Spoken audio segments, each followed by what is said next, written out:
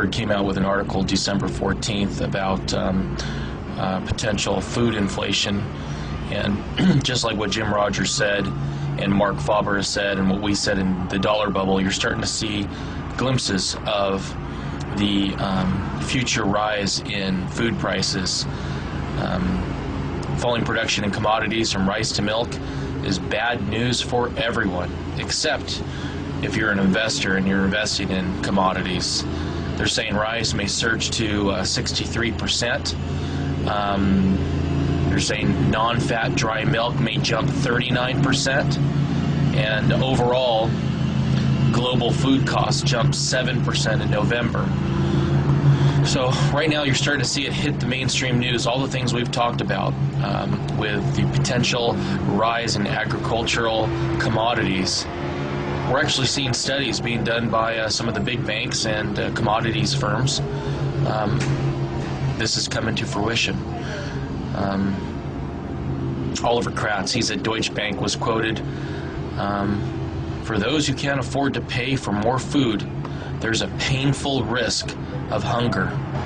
And here's what's happening, guys. There will be an effect for all the stimulus packages, the TARP stimulus packages, the bailouts. China is doing their bailouts. Central banks all across the world are doing bailouts. There will be an effect upon prices. You just cannot say there will be no effect. As the economies in these other countries start to turn around, you're going to see a huge demand for food in places like China with 1 billion people, India, and the former third world, who now is becoming second world. You're going to see a demand for the food that we've been used to eating at very low prices. Good evening, everyone. So does this sound familiar? You put just a few items on the conveyor belt at the supermarket checkout and your eyes pop out when you see how much it costs. The government reported today that consumer spending in March shot up twice as much as economists were expecting. And it's not because we're buying more, it's because the prices are so much higher, especially food. So far this year, food prices are rising at an annual rate of more than 5%. Worldwide, it's a lot worse. On average, food is up 45% just since last summer. Today, President Bush called on Congress to approve more than $750 million in new aid to help feed the world's hungry. We're sending a clear message to the world that America will lead the fight against hunger for years to come. Here at home, we're working to ensure that our poorest citizens get the food they need. We have two reports tonight on soaring food prices, beginning here in this country with Mark Strassman. Deep inside America's middle class, food prices now pinch a painful nerve.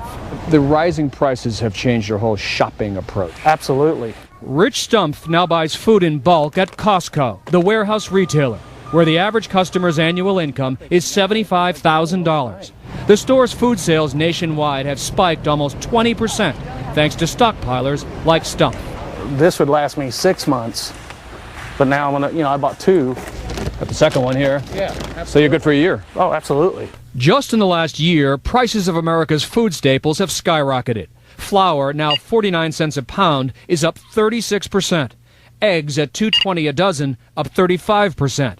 Milk, $3.78 a gallon, up 23%.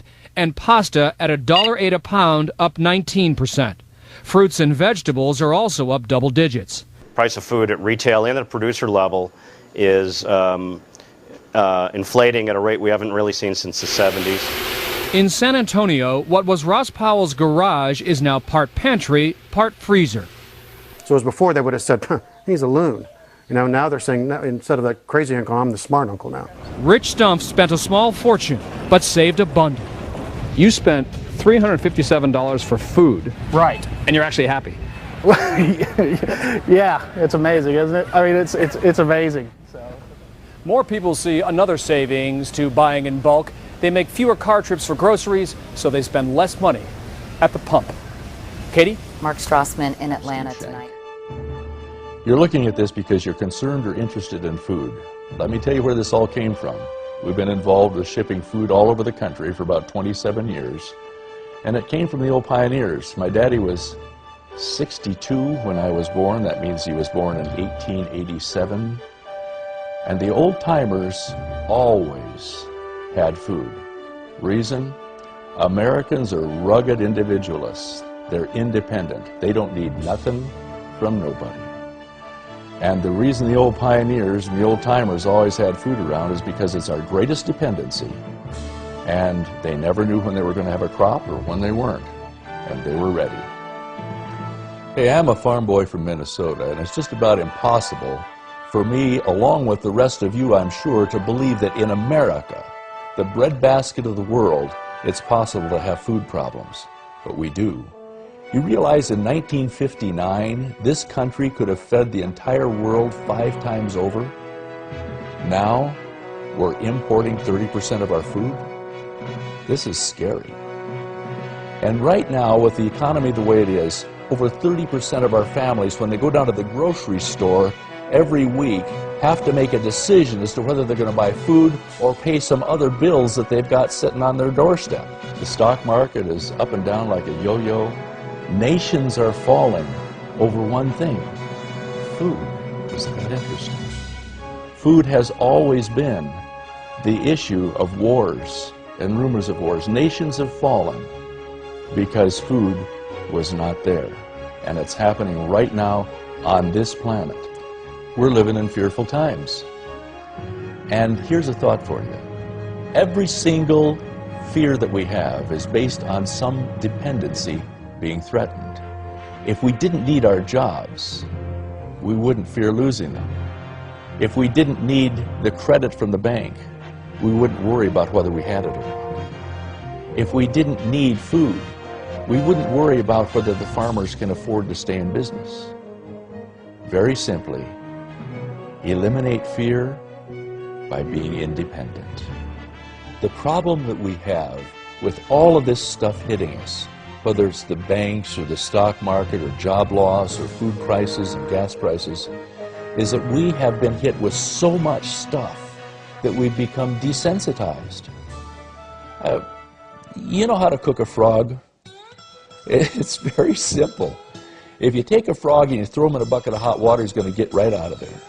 But if you take that frog and you stick him in a bucket of cold water and you put the cold water on the stove, he's going to be paddling around in that cool water just like happy as a hog in a peach orchard. But the fact is, then when you start turning up the heat, he slowly gets warmer and warmer, but he's desensitized to the possibility of things getting nasty until he's cooked. Now, we've been desensitized. We've been hit from every possible direction. We've been hit with so much stuff that most of us are sitting there almost catatonic. We're frozen with just being overwhelmed with so many things coming at us that are so threatening of every dependency we have in life. Our housing, our jobs, our money, our food, everything. Please, snap the fingers in front of your own face so that you wake up and stop being desensitized, because we're being cooked like frogs, guys. The important thing that needs to happen is that people need to take that dependency on food and realize that they have control. We are not victims. We are not victims of an economy, of bad government decisions. We're not victims of anything but being just good, solid Americans. What we can do is we can prepare just like the pioneers did. My friends, with our great American heritage, we have the power through choosing independence to become totally fearless.